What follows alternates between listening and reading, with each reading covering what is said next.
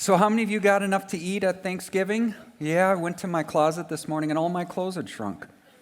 Isn't that terrible? Don't you hate it when that happens? Well, we're so glad you're here today. And I want to just ask you a question. Here's the question. Do you feel satisfied today? Do you feel fulfilled? Or is there something in your heart longing for something more? And you think, if I just had more, I'd be more happy. I mean, if I just had that new car, then I'd be happy. I mean, if I was just in a relationship with him or her, I would be happy. If I got that promotion, if I went on that trip, if I just had that, whatever that is, then I'd be happy. Is there a longing in your heart today for something more? You know, you think about it, commercials and companies, they know how to tap into this like dissatisfaction we have, because basically every company, every commercial is basically saying this: buy our product and you'll be satisfied. In fact, I found something this week called Raiders Root Beer. I'd never heard of it before, but I want you to notice that the tagline for Raiders Root Beer is, "It satisfies." Does it? Maybe for a moment, right? You take a drink and then you need another drink. You know, I think about the woman at the well, and it's the story about Jesus. He's at a water well, an ancient water well, and this would have been kind of like a modern-day coffee house. And this woman comes up to him and says, "Give me a drink." And what's interesting is that Jesus says to her, "If you knew the gift of God and who it is that asks you for a drink, you'd have asked him, and he would have given you living water." Living water. What's interesting is that Jesus, with his X-ray vision, sees beyond the physical and sees that her true need is spiritual, that there's a void, there's an emptiness in her heart that she's trying to meet in the wrong place. It's that old hymn of the song, the old hymn of the church, looking for love in all the wrong places. He then points out how she's been trying to meet this need. He says, in fact, he asks about her husband, and she says, "I don't have a husband." He says, "You're right. You've had 5 husbands, and the one you're with now is not your husband." Now, what is Jesus saying to her? He's pointing out how she's trying to meet this deep need in her heart through men. How are you trying to meet the deep need in your heart? What are you reaching for out here to make you happy and satisfied in here? And I can just imagine her. I don't know if this happened, but this is my imagination, that one day she sees a guy and she thinks, "Wow, if I could just be in a relationship with him, I'd be happy." So they start dating, and it's fun, it's wine and roses, it's great. They get married, and it's exciting, but then, you know, experts say about 2 years after marriage, those feelings of infatuation leave. So then she starts to think, this isn't very fun anymore. Then she meets a guy at work, and he listens to her, and he cares about her, and she thinks, if I just had him, then I'd be happy. So she leaves her husband, divorces him, and begins this new relationship, and it's fun and it's exciting, and they date and they get married, and it's exciting, but then about 2 years later, the feelings of infatuation leave, and she meets a guy at the gym. And he's well built and well spoken, and she thinks, wow, if I just had him, I'd be happy. And on the cycle goes. Have you ever noticed that it just seems like we have this longing in our heart? And we think more will make us more happy. But have you ever noticed that often when you get something more, watch this, that is the birthplace of the desire for something more? You get that new car, and it has that new car smell and sense. Do you know what I'm talking about? Then you drive it off the lot. Or you have it a couple months and you think, now I need that car. Or you get that new pair of shoes. Now, did you need them? No, but you got them because they were on. You've done this, huh? Come forward, bow at the altar, confess your sins. But then you And in a couple of months, think, well, I need a new pair. You get this new relationship. It's fun and exciting, but then the newness wears off, and you need something more. Have you ever noticed that it's like there's a desire in our heart for something more? And that this desire, the things of this world, cannot fill? Maybe you've heard of John D Rockefeller. He's one of the richest men of all time. If his money was equivalent to today, he would have had $418 billion. And someone once asked him, how much money would it take to make you happy? And he said, just a little more. Is there a hunger in your heart for something more? Is there a desire in your heart that you're trying to quench, and you're reaching for these things out here to feel satisfied in here? Why is it that we as human beings are rarely satisfied? Why is it that we as human beings are rarely fulfilled on this earth? I think C.S. Lewis put it best. He says, if we find ourselves with a desire that nothing in this world can satisfy, the most probable explanation is that we were made for another world. If I find in myself a desire that nothing in this world can satisfy, the most probable explanation is that I was made for another world. Is it possible that the reason why we're rarely satisfied is because intuitively we know there's something more? Intuitively we know that this is not our true home and we're just passing through.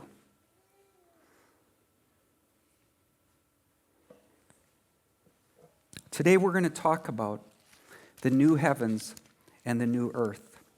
You say, well, Steve, what do you mean when you talk about if we find that we can't be satisfied in this world, we're made for another world? You say, what are you talking about when you say that this is not our true home? Well, to answer that question, we're going to look at a passage in the book of Revelation, and we've been hanging out in the book of Revelation this month. And before I read this passage to you, it's one of my favorite passages in all the Bible, let me give you a little context. The tribulation has happened. Armageddon has happened. The millennium is through. The white throne judgment has happened. Satan has been thrown in the lake of fire. And then comes that moment we've all been longing for. Then comes that moment that all of history has pointed to. Then comes that moment that I'm going to read about right now. It's found in Revelation chapter 20, verse 1. Then I saw a new heaven and a new earth. For the first heaven and the first earth had passed away, and there was no longer any sea. I saw the holy city, the new Jerusalem, coming down out of heaven from God, prepared as a bride beautifully dressed for her husband. I heard a loud voice from the throne saying, now the dwelling of God is with men, and he will live with them. They will be his people, and God himself will be with them. That is the greatest part about the new heavens and the new earth, is that God will be with us. They will be his people, and God himself will be with them and be their God. He'll wipe away every tear from their eye. There'll be no more death or mourning or crying or pain, for the old order of things has passed away. He who was seated on the throne said, I am making everything new. What I just read to you is home. See, I believe that we're on this earth. Okay, right now we're on planet Earth. And there's something in our heart that says, this is not our true home. There's a longing in our heart for something more. What is that? It's the new heavens and the new earth. That intuitively we know while we're over here, we're really longing for here. And that's what we're talking about today, the new heavens and the new earth. God has restored and purified and renewed the earth. In fact, in 2 Peter 3:13, it says, we are looking forward to the new heavens and the new earth he has promised. A world where everyone is right with God. Could you imagine a world where everyone is right with God? Could you imagine a world where everyone was praising and worshiping God? Could you imagine what a world that would be? Well, someone says, well, why does God have to recreate the heavens and the earth. What's wrong with the heavens and the earth now? Really? Have you read the news? I mean, the shootings, the sickness, the disease, all the problems in our world. Why does God have to recreate the earth? Because this earth, as it is right now, is not how it was originally meant to be. In fact, if we go back to the beginning, God created heavens and the earth. He put Adam and Eve in the garden. They were in paradise. They had everything. God walked among them. But then what happened? They disobeyed God.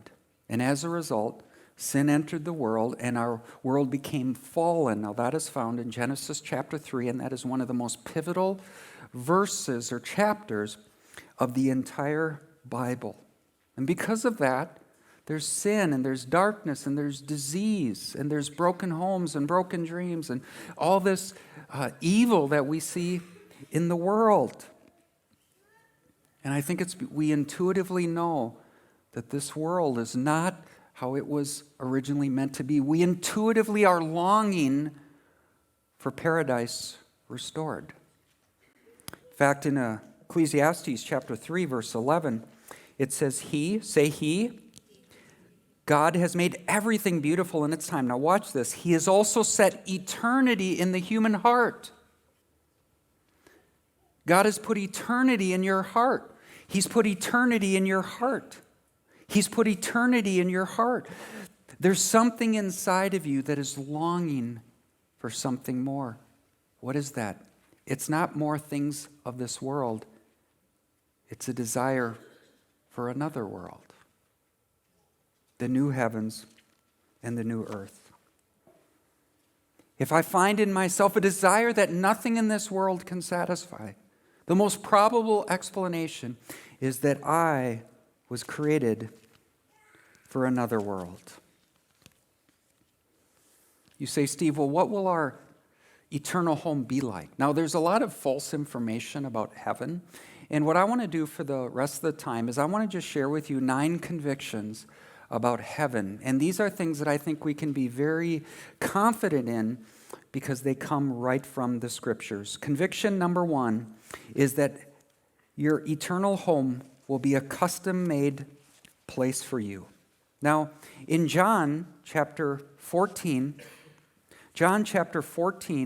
verses 2 through 3, do not let your hearts be troubled. Trust in God, trust also in me. In my Father's house are many rooms. If it were not so, I would have told you. Now watch this. I'm going there to prepare a place for you. Isn't that exciting? Right now, God is preparing a place for you and I. And he says, if I go, I will come back to take you to be where I am. Now, when I was a senior, I went to school at Rochester John Marshall. And on November 3rd, 1990, President George H.W. Bush came and held a rally at Rochester John Marshall. Does anyone remember that? Forget it. Let's move on.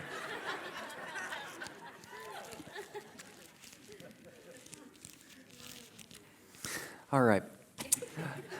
No, so he held this rally, and he was there. Tammy was one of the cheerleaders, by the way. I'm pretty proud of her, my wife. But here's the thing. So he showed up for a couple of hours, but get this, for days they prepared for his arrival.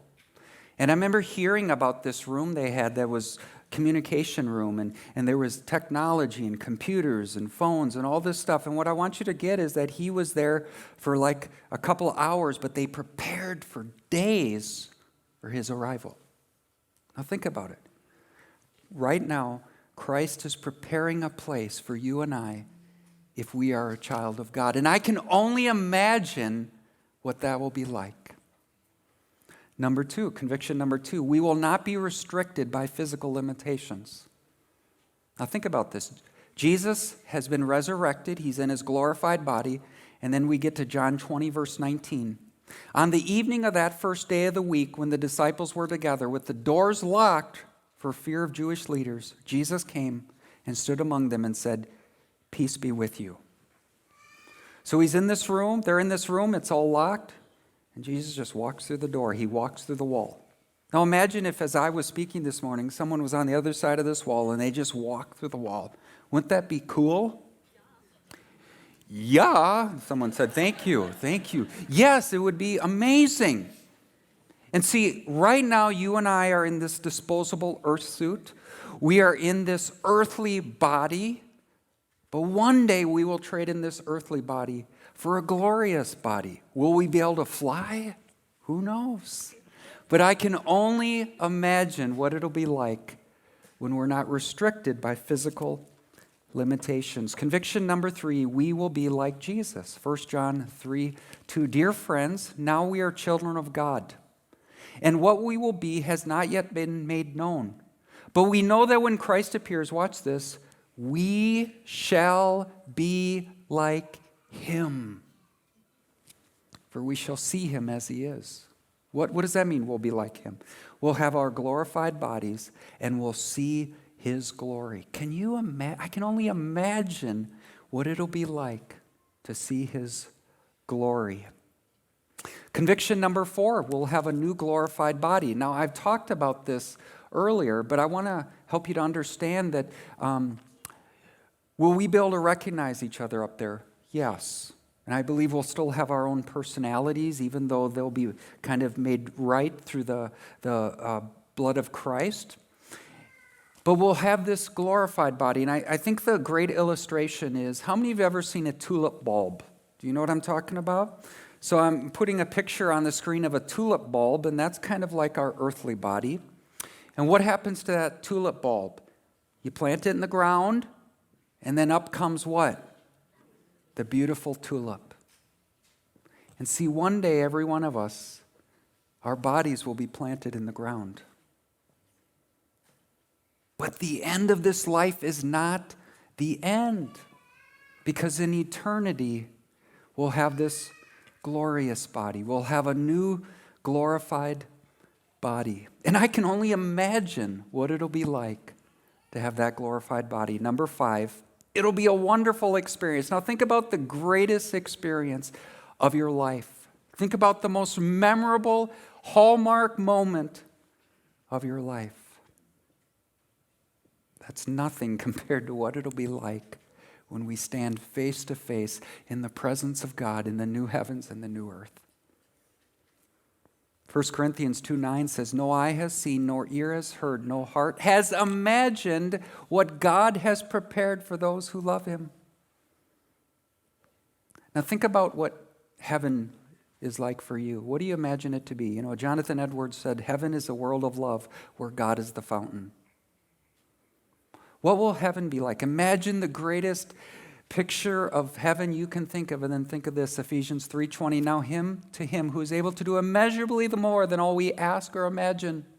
He's able to do immeasurably more than all we could ask or imagine, according to his power that is at work within us. Guys, it is going to be beyond our wildest dreams. And I can only imagine what it'll be like. Author Steve DeWitt says this. Let me read it to you. This world and its history are a prelude and a foretaste.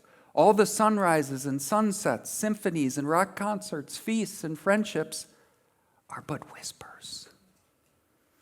They are a prologue to the grander story and an even better place. Only there it'll never end. J.R. Packer said it so well. Hearts on earth say in the course of a joyful experience, I don't want this to ever end. But it invariably does. The hearts in heaven say, I want this to go on forever. And it will.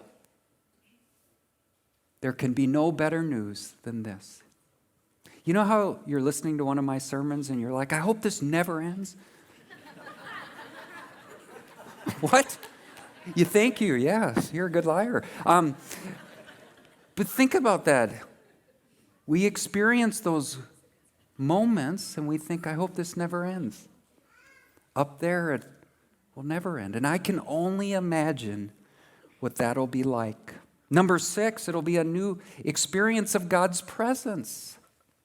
1 Corinthians 13:12, it says, for now we see only a reflection as in a mirror. Then we shall see face to face. Now I know in part, then I shall know fully, even as I am fully known. Now, when Paul wrote these words, he was writing the Corinthian church.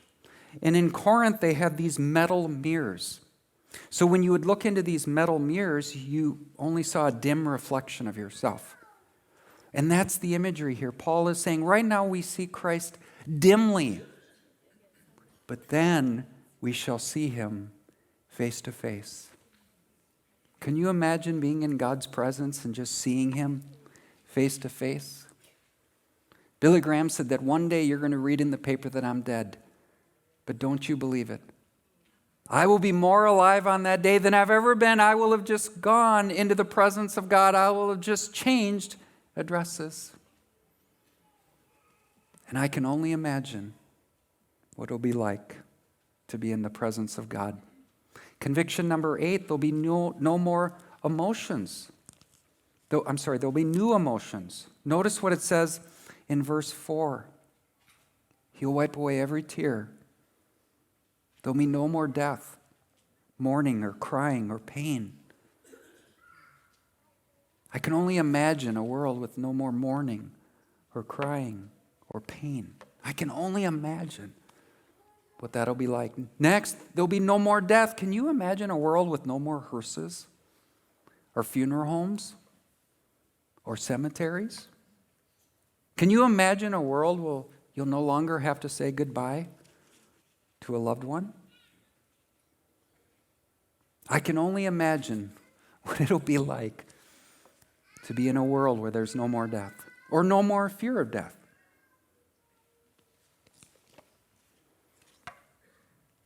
Finally, it'll be something to be excited about. Now, notice in verse 2, it says, I saw the holy city, the new Jerusalem, coming down out of heaven from God, prepared as a bride beautifully dressed for her husband. Now, I remember my wedding day, and my bride was back there, and as she was coming forward, I was so excited.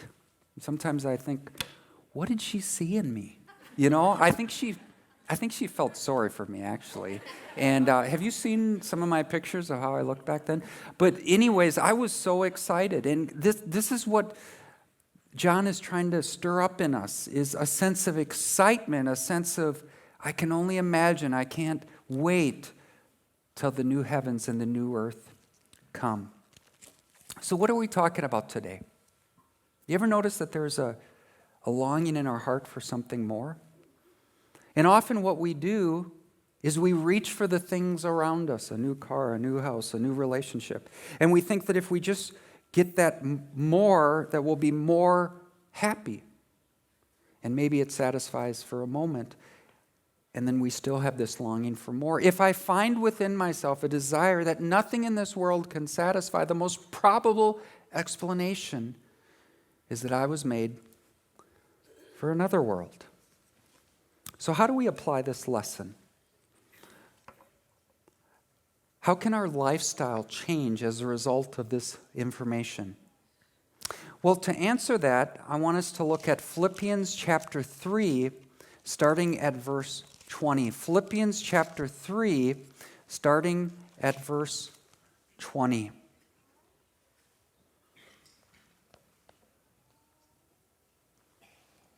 But our citizenship is where? Our citizenship is where? Do you believe that? But our citizenship is where?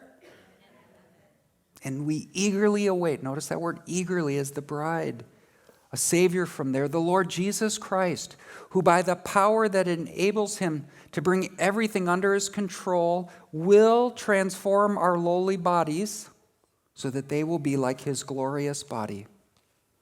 Now, when Paul wrote this, he was in a Roman prison, so he would have had Roman citizenship in mind. And if you were a Roman citizen, you were expected to promote the interests and welfare of Rome. And Paul says, guys, we're not citizens of Rome. We're citizens of heaven. We're primarily citizens of heaven, and secondly, citizens of America. And here's the question I want to ask you. Have you transferred your citizenship to heaven? If I was to look at your calendar and your lifestyle and your checkbook and how you spend your time and your money, does it show that you are primarily a citizen of heaven and then secondly a citizen of this earth? Are you living for this world that is passing away, or are you living for the world that is coming and will never end? One time, a rich farmer showed John Wesley. John Wesley was a Methodist pastor, and he founded the Methodist Church. And this farmer was very proud of his farm. And he wanted to show John Wesley this farm. And he took him around and showed him the winding hills, and he showed him the cattle and the barns with all the grain in it. And he showed him all of his resources, and the proud farmer said, "So what do you think?"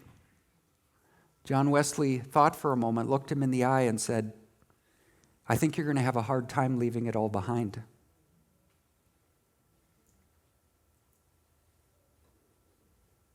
Are you so attached to the things of this world that you're going to have a hard time leaving them behind? Guys, we're just passing through. This is not our true home. Imagine with me if we just intuitively knew that longing in our heart is really a longing for our true home, that we're just passing through, that when we're hungry in our spirit, we met with Jesus. We said, "Lord, I need you to satisfy the hunger in my heart." See, God is most glorified in us when we're most satisfied in him.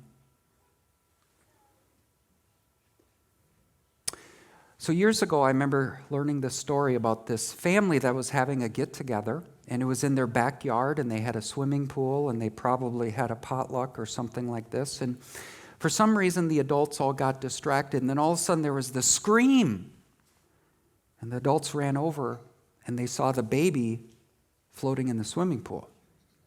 They jumped in, got the baby, it was the side of the swimming pool, and revived it and resuscitated it, and the baby was fine.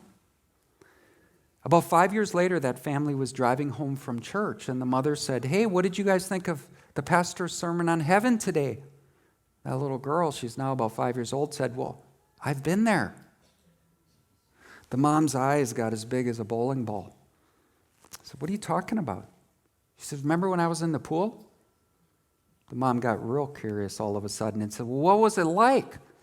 And the little girl talked about how bright it was and how loving it was. And she said an angel or Jesus or someone just led her around. And then she said something that was just amazing. She said, "Mom, what? I met Great-Grandpa Ed up there." And what's interesting is that Great-Grandpa Ed had died years earlier, and they'd hardly ever talked about him, but she described him to a T. She said he was tall and things like that. Well, what happened next? The little girl said, "Well, the Jesus or the angel, whatever, said, 'Do you want to stay here with me or do you want to go back to your mom?' And the little girl said, 'I want to go back to my mom.' She went down this slide and all of a sudden was in her body in the pool. Now that young lady, when she was 18, said, 'I'll never forget the touch of his hand, the hand of Jesus.'" You know, some of you have lost a loved one, and every day you miss them. Here's the message of the Bible. The end of this life is not the end. Our life on this planet is like the first page of this Bible. In eternity is all the rest. What does it say in Amazing Grace? It says when we've been there, how long? 10,000 years. See, I can only imagine what it'll be like to reunite with our loved ones who are believers and are waiting for us in a world where there's no more death or crying or pain. I can only imagine what it'll be like to be in their presence. See, death separates us, but only for a while. Because one day when it's our turn, I believe an angel will lead us into the presence of God. And we'll finally feel like we're truly home.